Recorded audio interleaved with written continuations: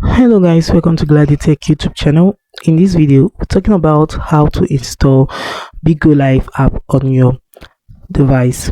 So if you want to install Bigo Live app on your Android device or probably on your iPhone device, the first thing you have to do is to make sure you have a Play Store app if you're making use of your Android device.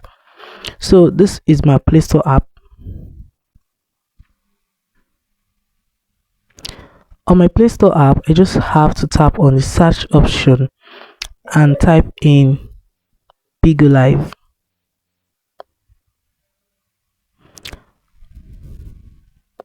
And I'm going to install it. And if you already have an installed Bigo Live, you can update it through your Play Store app.